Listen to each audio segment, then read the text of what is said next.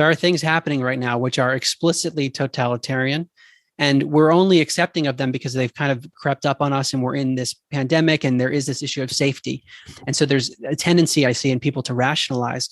But like Australia, they have quarantine camps, quarantine centers. They're called quarantine camps, but that's not far away from who knows what that could turn into. Could that turn into a real concentration camp at some point? And it's a horrible thing to think about, but we're heading in that direction where the government, based on your health status, can put you in a facility.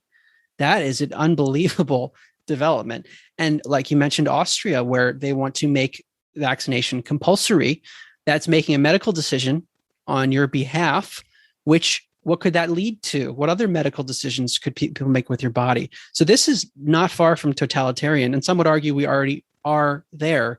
So having information and being able to look at what's real and not being mind controlled and escaping that hypnosis and escaping the spell is really important for all of us as individuals and collectively, but for our safety, because if we don't see it, if we're just hypnotized by what we're told on the news, no, this is okay, and you're not heard, you don't hear about any of the alternatives, then we could be in big trouble.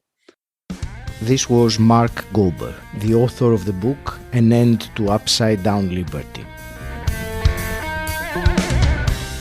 Welcome to Personal Development Mastery Podcast, episode 185. And this is the second half and the conclusion of my conversation with Mark Gober. In the first half, in the previous episode, we talked about whether freedom comes from the government. We talked about whether politicians are really the trustworthy and honorable servants of the people, as we are conditioned to believe. And we also discussed the brainwashing that is happening through the media and the censorship of opinions that are alternative to the narrative, and how the government, in the end, threatens our liberty, which is Mark's main message in his book. In this second part and conclusion of the conversation, we talk about the alternative to this traditional structure of government, and very importantly, the changes, the bridges that we need to build as humanity in order to transition to this way. I hope you find the conversation thought-provoking. Let's move to the next thing then, which is what else can we do, really? Because the way that it is described, one could reach the conclusion that, well, then humanity is doomed because there doesn't seem to be any alternative there. You talk about an alternative model to this traditional government, which you call it voluntarism. And I would like actually to ask you to give me your thoughts, your description, and let's start with that and see what alternatives we have as society and as humanity as well. Yeah. Well, the difficulty in this discussion, there are a few. One is that it's theoretical. Yes. So we're talking about what we'll be talking about now is a totally new type of society that would depart from the way it's being done all over the world and has been done for a long time. Mm-hmm. So we have to put on our imagination caps when we do this. And what I'll be describing is an imperfect solution. Mm-hmm. What I argue, though, is that theoretically, at least, it is less imperfect than the current system. And we have a lot of data on how imperfect our current system is. And it's becoming very dangerous. If we look at the history of mass murder through war, genocide, slavery, like you mentioned, those of us who lived in certain countries where we felt free, we're just might not be as attuned to it. But if we spoke to people in countries where they've been oppressed, they are very attuned to the fact that governments in the current structure are inherently predatory and the citizens are inherently like prey. Mm-hmm. That's just not how many of us are trained to think. So that's the flip. Okay, so earlier I mentioned this rationale for government, for the state, which is that, look, we can't handle ourselves. We need a group of people to look over us. So we're going to take a subset of ourselves, even though we're not really responsible people, and those people are going to look over us. What if we just got rid of that and didn't have this group of people? Because they're human beings. They're not supernatural gods that we're putting in control. Mm-hmm. That would be a different situation. We're taking human beings with all of our foibles to control us, and we're giving them a platform of power. That just seems to me suboptimal. Mm-hmm. So what I explored, this concept of voluntarism, is removing the state altogether. Now, that doesn't mean removing the functions of the state. There's a big differentiation there because the government they serve very important functions as a service provider. But what if all of the services were agreed upon voluntarily? So you as a citizen, if you want certain services, you pay for those on an individual basis, rather than right now, you are coerced into paying basically into a big pie, and the government gets to decide where it goes, even if you find the causes to be immoral, even if you find it to be inefficient. And you end up with a much more self-correcting mechanism, a system of accountability because of that. So Murray Rothbard, Rothbard, I think he's a very brilliant political philosopher. I quote him many times in the book, who talks about this idea of voluntarism. There are other names it goes by. Some call it anarcho-capitalism.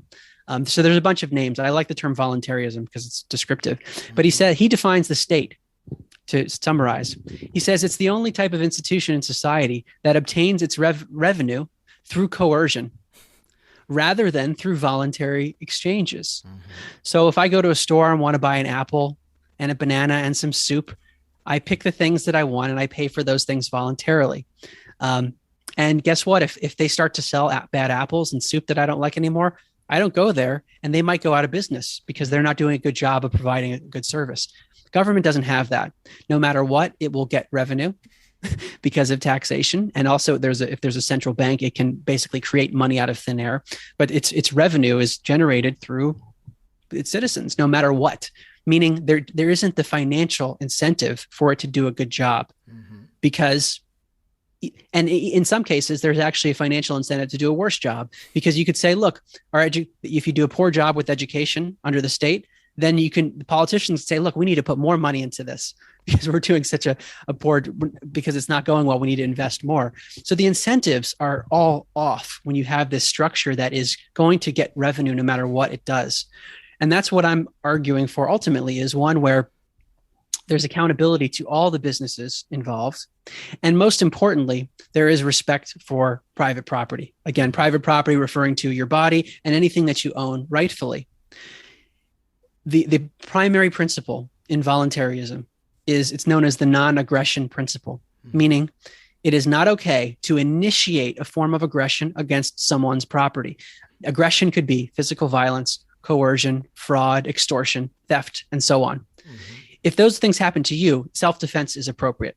Okay, but we're talking about initiating aggression. Now, if you believe in the non-aggression principle, and I think there are spiritual reasons to believe in that, which is separate, it has to do with consciousness and the nature of reality and different scientific ideas. But even if you don't believe that, if you just morally say, I don't think it's right to initiate aggression, mm-hmm. then the state cannot exist, because the state only exists because it initiates aggression upon private property. Mm-hmm. Taxation is one example, and there are many other examples now we see in terms of mandates that are being done where something's being imposed that someone might not have voluntarily signed up for. It initiates aggression, and it can't survive without it. So that's ultimately voluntarism, is you eliminate the state and all of its functions remain, but they exist within a free market where there's accountability to the service providers, and you pay for the things that you want, which obviously will then require a bit of charitability, because those who can't afford certain services, what happens to them? And that's a separate discussion. But ultimately, I argue this society can only work when you have charitable individuals, which relates more to my first two books of society moving to a different definition of consciousness. Yes, and we'll certainly discuss that as well, because it's very important. And I will share with you, when I was reading your book, when I reached that chapter, that was the first time that I struggled to envision this kind of society. This, what you say, to differentiate between the state and the functions of the state, is something that I hadn't thought about before. And if it is like that in my mind, I suppose that in many people's minds, the functions of the state are the same as the state. In other words, they can't exist without the state. And it took me a very careful reading and some imagination, because you said that already at the outset, that we will need some imagination because it is something new. And you do share examples of how, for example, the police, which in my mind, police was the first thing that is very much associated with the state, or other things like the army or the fire services, or laying roads. And the big one also was justice, resolving disputes. We have learned that the government, via its legal system, is the one that we will turn to if we're wronged. So this chapter took some effort from me to really see that, is this really possible? And of course, when I read on, and then you entered the second element of our hidden enslavement, which is the metaphysical slavery that we're in, which we're going to discuss a little bit about as well, because it's I think it's the missing ingredient, what mixes this together. Because this my personal opinion is that this kind of society couldn't exist the way that humanity is right now. It would need a different mindset, or a different collective way of thinking, living and doing things in order to embrace that and make it work. Yeah. So that's an observation that came to me from reading the book.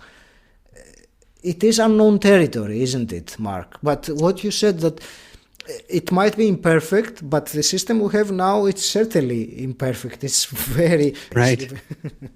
Yes. And what people will say is, well, it's the best we can do. That's what I hear a lot. Is it? So we have to, but is it? Exactly. Is it? And, in two of the chapters of the book that you're referencing, I talk about the mechanisms of a free market, because we do have data on how marketplaces work. Yeah. And we tend to think of society in most of the free world, quote unquote, as being a capitalistic society.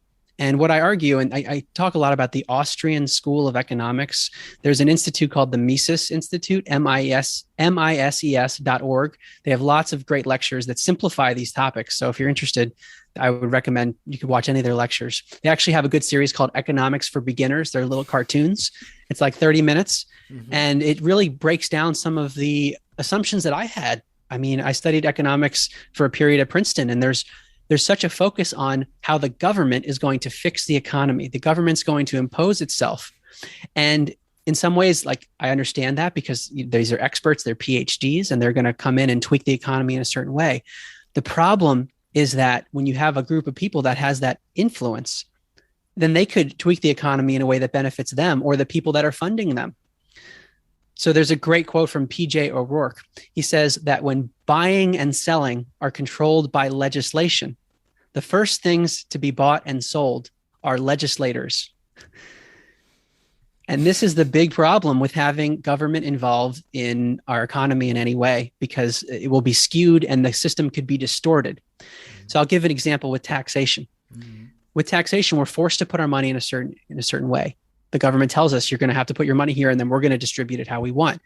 The problem is that doesn't give the market the information that it needs for things to be supplied properly. And what I mean by that is, let's say you didn't have to pay those taxes and you spent the money on the things that you really care about. That's giving information to the market about what the demand is, leading ultimately to something that's more efficient in terms of what can be supplied. And so that principle is really important, of the idea that the participant in the marketplace has preferences, and you know what you want. No one can tell you what you want, and your preferences might change over time. The things you can buy and can afford, or things you want, those change. And a PhD in a computer model isn't going to be able to know that for every single person in the economy. So there's really a great deal of arrogance to think that a few people could tweak it and get it right for everyone, even though not every single person has agreed to this. So let's bring that to your point about, like, could this kind of society work? Could we have police that are outside the government, that are in a private market, really, where there are companies that provide police services that you pay for if you want? My argument is that ultimately that will be relatively better, because you end up with services that match the demand of what people want. So, like, let's say, imagine we had the current government in its form, and instead of your payment being taxation, you pay for nothing if you don't want to. You only pay for the things that you want. What would happen to the government services? A bunch of them would go away, probably, because they wouldn't get any funding. The government would shrink. And also there would be accountability for services. So let's say police are not doing a good job of servicing one area and they're just servicing another area. Then maybe people in the underserved area aren't going to pay anymore until they correct it. So you pay, right? So the market will adjust to what people need, and money is a way to do that. So I take there's this tendency in society right now to be, I don't know, it feels like there's a push against capitalism and towards a socialistic system where there is government control over your property, including your money. Whereas I argue that if in a freer system, you end up with accountability. And yes, you will have some people that end up with more wealth than others, but ultimately the fact that it's voluntary will lead to much more balance in the end. I want to move on, actually, Mark, and I will leave that again, that piece of the conversation with, I will quote a comment that you have made in your book. You say that the state is neither necessary nor uniquely qualified to provide services, and one could envision superior private market solutions for any potential issues in society, which basically is what you were telling me right now, more yes, as a summary of a sentence. So a quick comment, because you were saying about the socialistic versus capitalism model, and I think based on this conversation so far and everything that's going on, one would instinctively think that giving more power to the government to fix things and equalize things is the wrong way to do it. It's going to actually lead into that totalitarianism. Yes. And one point I would add is that not only do we end up potentially in a system where we're more controlled and it's suboptimal for us, is that when you have service providers that have a financial incentive to service you, that gives an incentive to innovate new things. Yes. So there might be things within our government that are stale because they're not going to innovate. They're not going to be creative. But if you need to do better than the competitor to service people, you could have much better service providers. So there could be systems of police or technology with roads where you have a private company in a marketplace. They could give us a better, more efficient service than we currently have. So I will just leave it there as a thought experiment.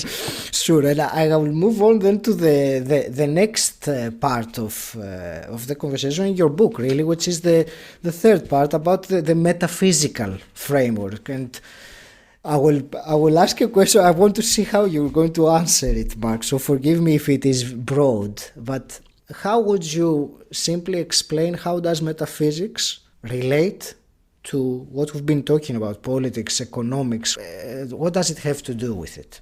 Yeah, this is to me the missing piece in political discussions and a lot of political theory, because that question is not often asked of, well, what is life? That's really what it comes down to. Why are we here? Does life matter? Does it matter if we become enslaved? If the state takes over?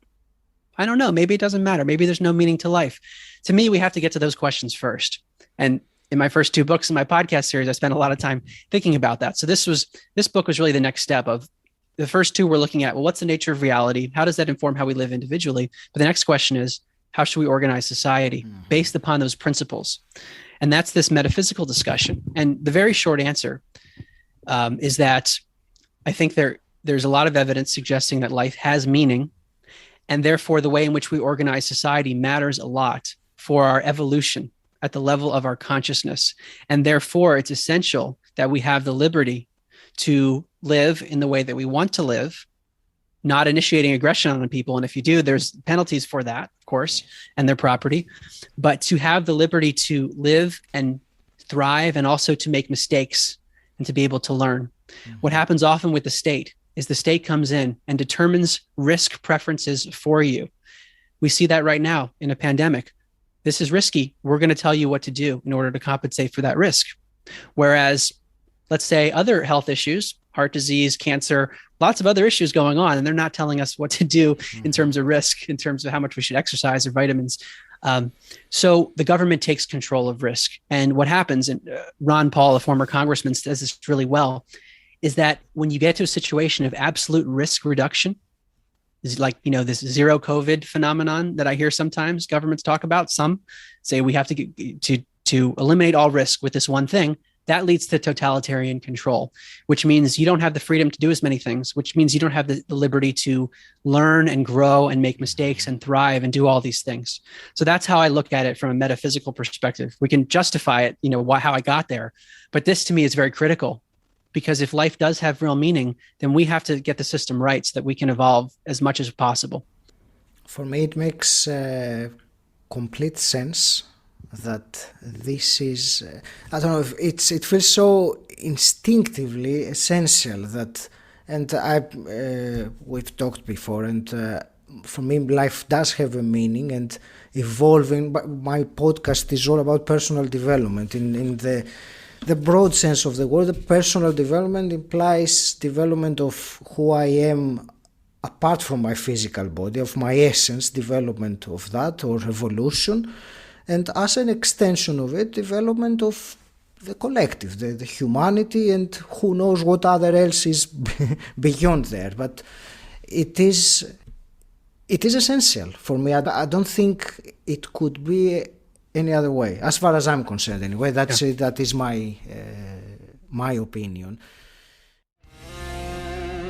Hi, it's Aggie here, interrupting you with something you may find useful.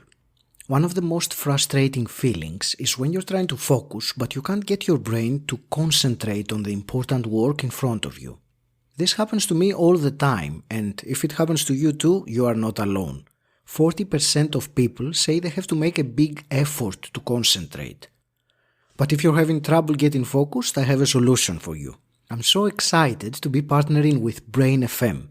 Brain FM is a great app, and I use it to block out my mental chatter and zone in on my number one priority of the day.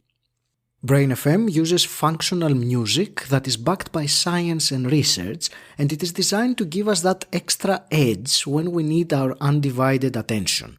And they also have relaxation, meditation, and deep sleep modules that help you unwind and recharge.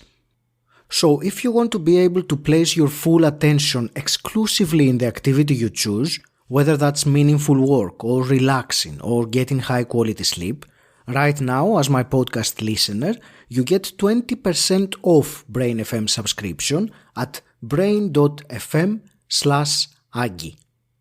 That's an amazing deal for such a useful app. Thousands of people have given 5-star reviews to Brain FM. Find out why? brain.fm/Aggie.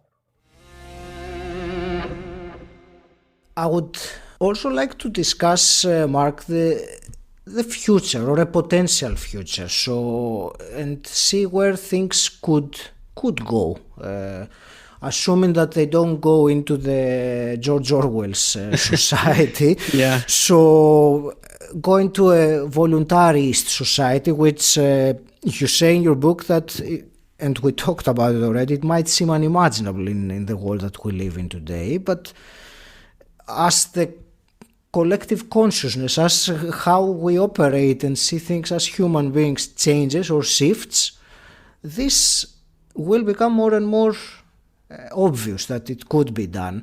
And a very fair point that you make, and I want to stay with that for a while, is that this transition is not going to happen instantly on a global scale. It will have to gradually grow into becoming the norm if it does. So you say that one could envision small communities emerging which adopt this model of organizing society and testing the principles before really going there more and more. So tell me your thoughts about that. Yeah, this is an area, I'm glad you brought it up. It's the one where I have the most questions because it's so hard to predict human behavior, especially on such a massive scale. And we're talking about a huge shift in the structure of society. So I really don't know how it would happen. It would imply that at some point, either local, state, or national governments would have to collapse effectively or become much smaller while these other communities are rising up. And you could imagine maybe some parts of the world become more voluntarist, where the state still exists in other places where it's much more controlled. So I don't know. And the way I describe the solution at the highest level is it's all about a shift in our consciousness, in the way that we envision our own individual liberty. because I think even listening to this conversation, having the conversation with you and talking about it, it continues to reinforce for me, and I hope for your listeners, that we are way more free than we have been trained to believe. Inherently, we grew up in this system, and we've had to do things that we just go along with. And we're taught things that maybe we didn't even want to learn. And our money's going places where we don't always want it to go. And we're being told to do things. So a breaking free from that mentally is a huge step. To say, okay, this is happening. I'm aware of it now. And maybe there are steps I can take to avoid certain things while still playing by the rules and not doing anything crazy, but to make myself more free and not always to just trust the authority because it's an authority. Maybe sometimes they're right, but maybe other times they're lying or they're just wrong innocently. Like it could be any of those things. So it's going to start, I think, with some kind of a critical mass of us realizing this, that it is not necessary to organize society in the way that we're doing it. Excuse me. And there are ways, there are alternative ways. And when we allow the creativity of the individual and of consciousness to flow through us, and as unique individuals to give our gifts to the world in new ways, society could be incredible. I mean, many of us would say that society is pretty good right now. In spite of all the horrors that are going on, a lot of people would say it's pretty good. But what we're talking about here is something way freer than we could probably even imagine. So that's what I try to hold, because when I see what's happening in the news, I'm very upset about it. And I want to tell people, okay, this is happening. Just at least be aware of it, because you're not going to see this on the mainstream media. So we need to be aware of what's happening, but not let it consume us with fear. The key step, I think, is to accept it as an adult and say, this is reality. And sometimes reality is not pleasant. I'm going to take responsibility for it as much as I can. But at the same time, I want to be thinking about solutions and what can be done in the future. So that mindset is one I've been trying to hold. And I just wonder what could happen on a massive scale if more of us do it. And I should add, we haven't talked about the metaphysics as much, and maybe your listeners could go back to the previous interview or past material of mine. But the idea is that all of reality is an interconnected consciousness. Mm-hmm. We are like whirlpools, individual whirlpools within a stream of consciousness. And there's lots of scientific evidence for it. But the idea is that if all of reality that we consider to be physical is actually just consciousness, is metaphysical, then when we shift our consciousness, there can be things happening that we don't see. Multidimensionally, at the level of quantum physics, I don't know.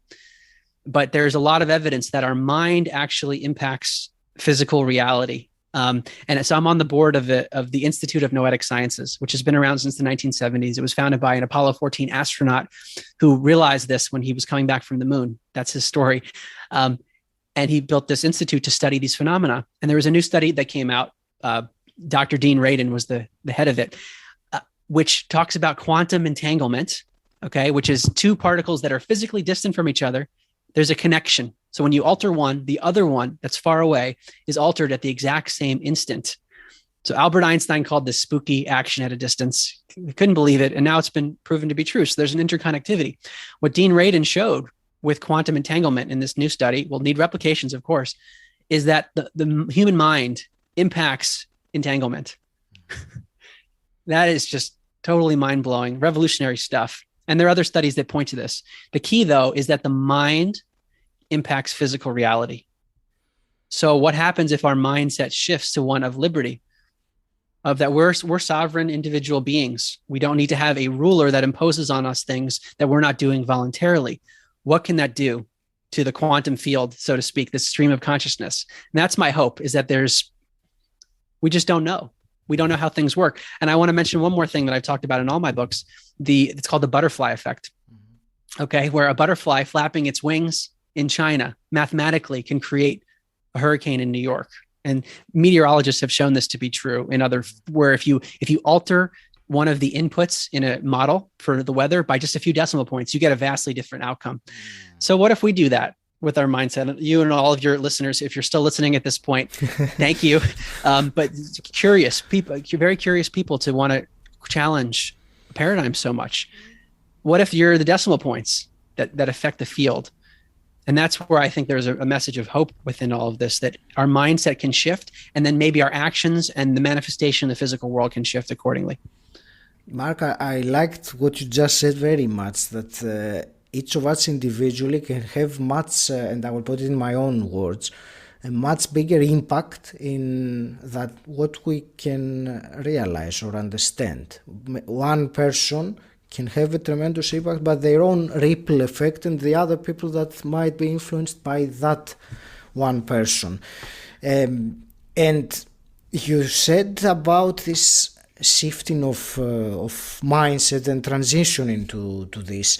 So what, let's say, bridges do we need to build in order to change this way of thinking and evolve? What do you think? Yeah. How do we move from here? What's the next actions that we can take as humans, really, to advance towards that direction?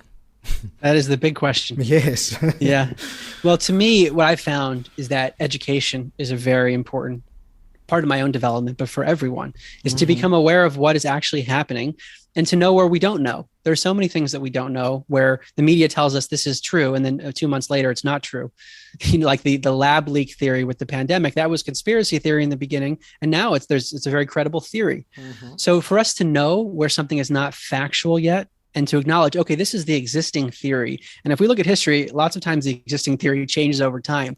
And to have that intellectual humility is really critical, because then we remain more open-minded, less closed off. So that's part of it. I think a lot of what we spoke about, and you raised some great questions of just thinking about human beings and human nature and questioning those who are in positions of authority. Are they looking out for us, or are they not?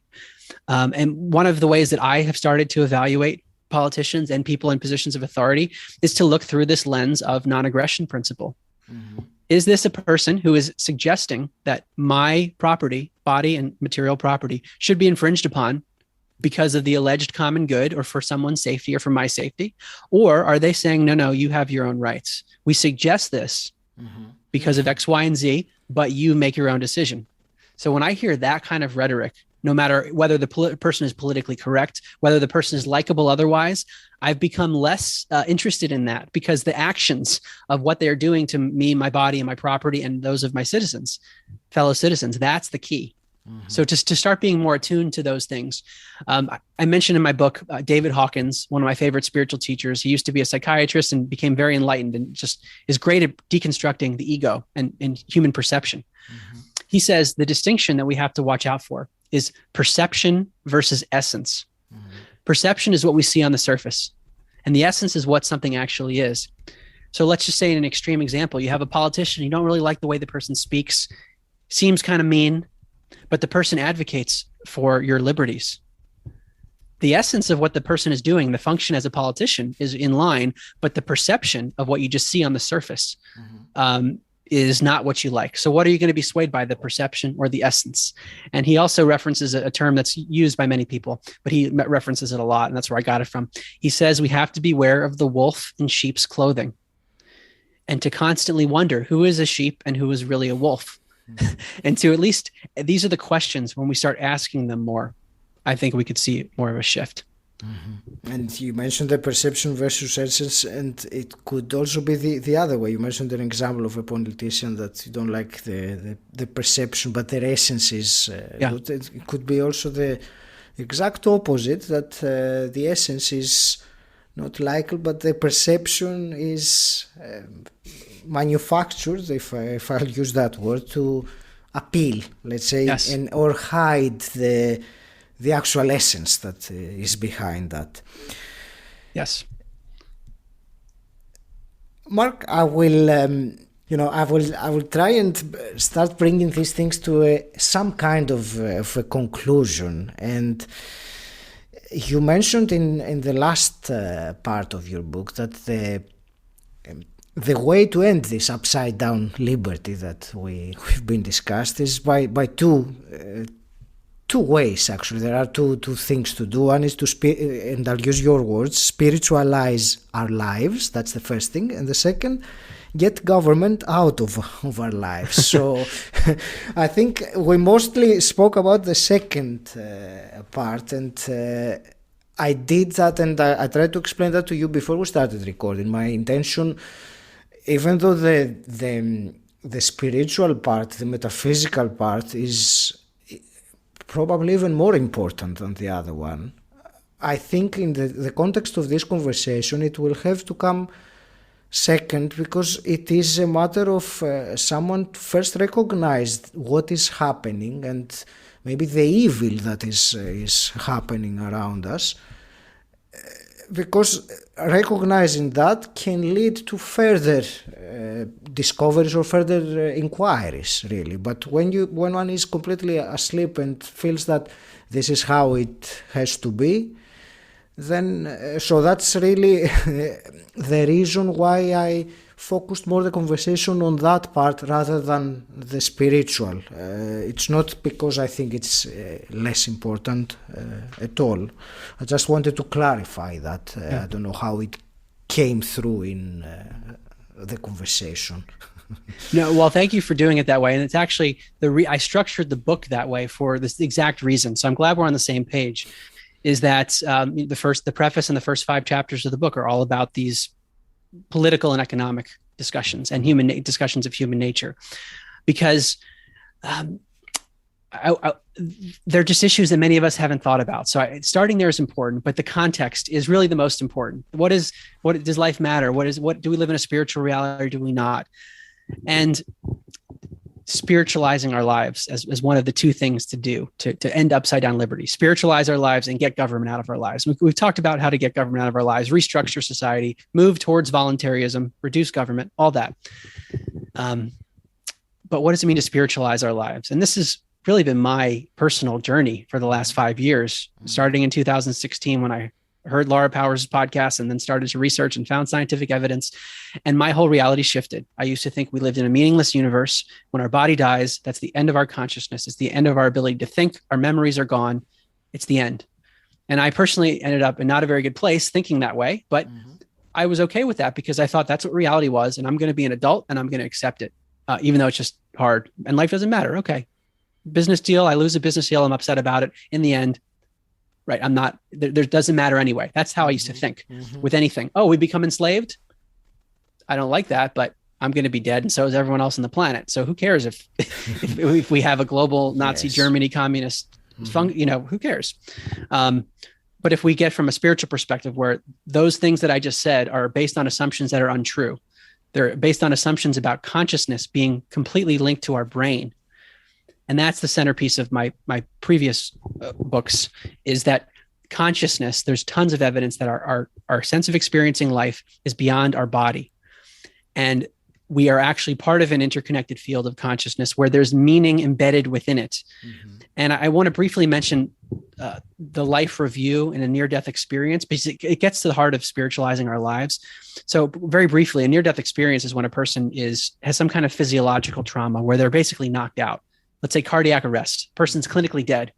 They come back in their body after being resuscitated. And this is happening more and more because our medical technology is better. And they explain this elaborate thing that they saw. They were immersed in unconditional love. They saw things happening from over their body they were proven to be accurate because the doctor said, yeah, that did happen. And you saw it from a vantage point where it was not in your body. But also people talk about a life review where they relive their whole life in a flash. And they relive experiences not only through their own eyes, but also through the eyes of people they impacted. So they feel the pain they inflicted on people through those people's eyes. And they also feel the love or the joy that was given, so that you get to see the interconnectivity in the life review. It's like you switch lenses from one whirlpool to another whirlpool when consciousness is liberated from the brain. And there's a lot of evidence that this might be real rather than a hallucination. And that's the premise of a lot of this stuff. So if we take that to be a reality, that there is this sense of accountability at a metaphysical level for all of our actions, and we are the ones that are going to experience it. It's not a third party judging. We are the ones that are part of this whole, and you feel the effects of your actions on people. That can lead to a different lifestyle. For me, it certainly has. And I wouldn't say before that I didn't care about people. I actually always did and tried to be a good person, but there's a different level to it now. Completely different level. From the level of thinking about the state. If you believe in the life review and the spiritual stuff, the state is very problematic spiritually because it's doing things to people that you wouldn't want to do. You wouldn't want to experience in a life review. Let's put it that way. So that's one aspect of it. But from the lens of spiritualizing our lives, how do we then live on a day-to-day basis? Well, we can see from people that have near-death experiences what happens to them. Many of them get divorced. They change their jobs. one man I interviewed in my podcast, Daniel Brinkley, he became a hospice volunteer after reliving in his life review what it was like being in Vietnam, and he killed people. He was vicious in combat, came back and was like, life is different. It's not what I thought it was.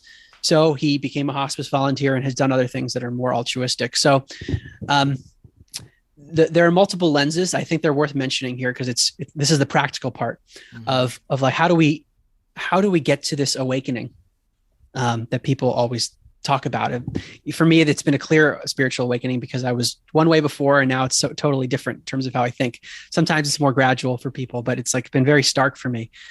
There are different paths, and very briefly to summarize, there's a pathway of knowledge. That's been my primary path of just learn as much as I can about the nature of reality.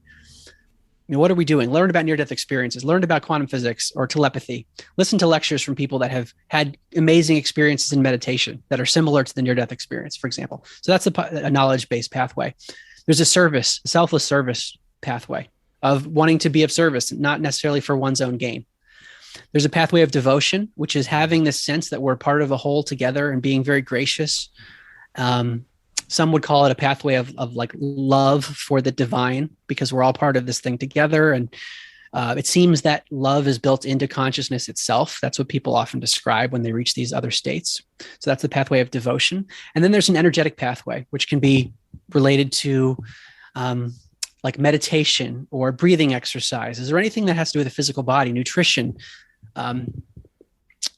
Like so many areas where we're affecting the physical in a way that's connected to the metaphysical. So it's the pathway of knowledge, selfless service, devotion, and energy. Those are ways of being in the awakening path. Now, I should clarify here that this is a very important clarification, that often in spiritual circles, there is a big focus on awakening to our true nature and doing all those things, which I fully support. But there are other things that are part of our evolution. And Ken Wilber, the philosopher, he calls it waking up, cleaning up, and growing up. And a lot of what I focused on was the waking up part. But to me, cleaning up and growing up are part of the spiritual evolutionary process. Briefly, what is cleaning up? Cleaning up is acknowledging the darkness within ourselves and our own trauma that every human being has to some degree, and acknowledging it and trying to transcend it. Very important, because you could be super awakened, be in the state of selfless service, but if you have unresolved trauma, that can rear its head and lead to problems. Yes. So there's a cleaning up aspect. And I think on your podcast, part of personal mastery and development, there's a lot of cleaning up involved. There's waking up, but a lot of cleaning up involved too. And there's growing up.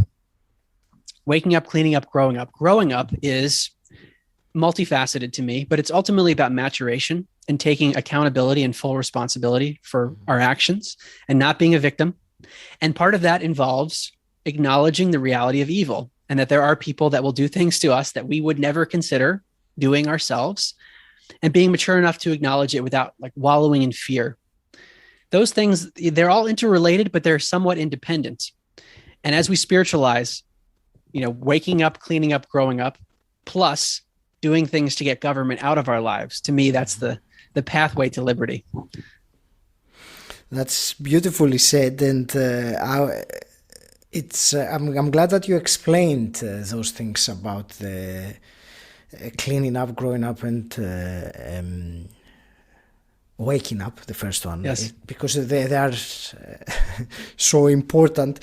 And Mark, I will ask you also, just to wrap things up and close, a few last questions, maybe quick fire. And I will ask you a hypothetical one, because we haven't talked anything like that. Let's say you could right now wave a magic wand and change something in the world. What would you change?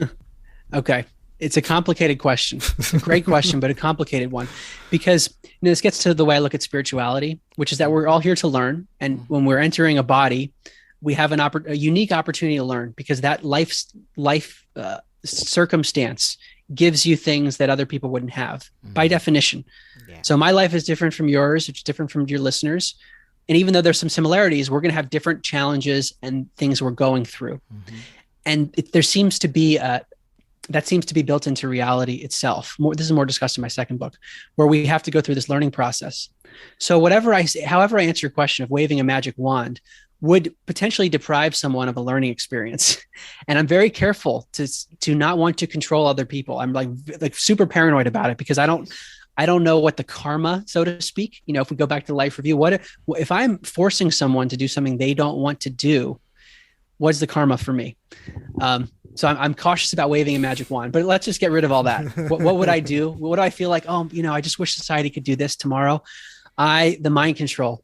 Mm-hmm. I wish people, there seems to be a hypnosis, and especially with some very smart people, it's not limited to the non-spiritual community. It's all everywhere, evenly distributed, I would say, or it's distributed across many different populations of people who are, I think, brainwashed in some ways, in that they are not open to looking at other narratives, and they will actually be offended at the prospect of it.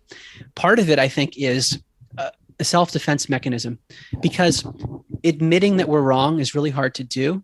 And it's even harder to admit that you're wrong and that someone else was right.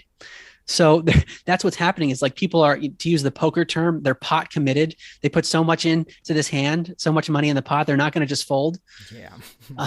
So I think if people would fold, and if also those of us who feel like we've been more open-minded, and I say this, I'm trying to be open-minded, but I'm sure I'm brainwashed in other ways too. And I don't know what I don't know, but there's an attitude of trying to acknowledge it, and that some people don't want to take. But for those of us who have more of that attitude, to say, look, it's okay. I understand where you were. We've all been brainwashed to some degree. And rather than like push it in people's faces, if we could have that kind of a mentality, that would be my magic wand, because then we'd become much more aware. We wouldn't allow people to get away with the things they're getting away with. We would call out the hypocrisy when someone says this, and then they say something that's completely the opposite, and they get away with it, and there's no accountability. We wouldn't allow that if we had a less of a brainwashed, mind-controlled mentality. Mm-hmm. Thank you. Mark, what's the best place for people who want to find out more and follow you? What's the best place to go? My website, which is my name, it's markgober.com, markgober.com. My books are on Amazon. They're available in Audible, Kindle, and hard copies, all three of them, depending on what you like. And also my podcast, Where is My Mind? It's available on Apple Podcasts, Spotify, etc. And it features my conversations with many of the people that study the science I talked about, of near-death experiences, quantum physics, all that stuff. Your podcast is, and I've told you that before in private conversation, it's magnificent, and it has inspired me to do some things with my own podcast that I wouldn't have done otherwise. So I will certainly direct people to listen to it. It's brilliant, and it passes the point that you're trying to make across very skillfully, and in a way that someone gets really intrigued to keep listening. So certainly check that out, and I will link it also in the show notes. Mark, before I let you go with your closing statement, first of all, I want to thank you very much for this marathon conversation that we had today. We went on a bit more than we were considering. I really believe we covered some important topics, and I want to thank you very much for sharing all this with us today. It's one of the last, I'm not sure if it is the last sentence of the book, certainly it's in the last page, that you say, for each of us today, it's time to make a decision as whether we want to start living with a mindset of liberty rather than fear. And for me that sounded like a great call to action for someone to take on. So tell me your last parting words and anything you want to share as actionable to the listener as a result of listening for us speaking for almost 2 hours now. Yes. Well, I want to thank you listeners for listening this far. But we've covered a lot of ground. You've asked great questions, so thank you for that. Thank you. What's coming up as you raise this last statement is an analogy I've been using, which is that if there's a tiger running at us, a hungry tiger, it does not serve us to ignore it and say, oh, there's no tiger there. I don't want to be negative. I don't want to be negative. That's too mean. I don't want to think about that. Mm-hmm. That's kind of where I see the world right now. But it's it's more that we don't even see it as a tiger. It's the wolf in sheep's clothing. We see it as a sheep just kind of walking towards us when in fact it's a wolf. So that's the thought I would leave your listeners with, to be questioning and discerning, to try to figure out what's good, what's evil. And there's gray areas with all of it, but to be really aware of that. And there's an individual responsibility for us to do that, because if we can't protect ourselves individually, then we can't be of service in the best way possible.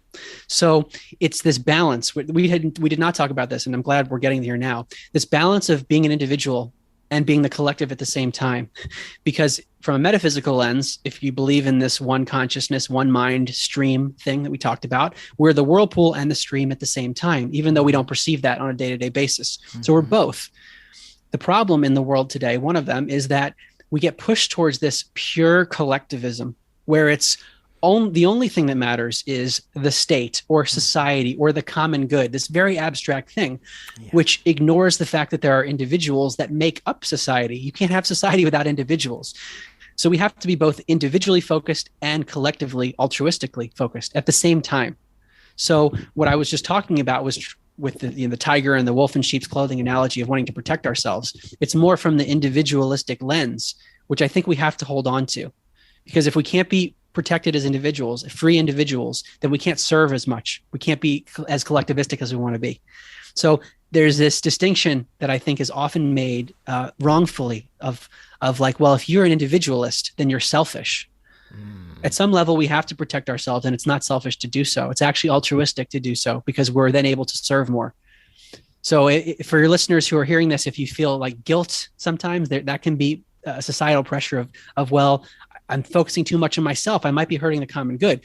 You have to look out for yourself. And if we don't do that individually, there's going to be no society left. There's going to be rulers, and the rulers determining what's the common good, and you just listen to it, even if it does not benefit you personally. Mark, thank you very much. Thank you.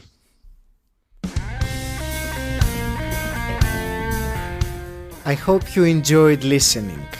If you have, please share this episode with someone who you think will benefit from it. If you want to know more about what I do, visit my website agikeramidas.com. And until next time, stand out, don't fit in,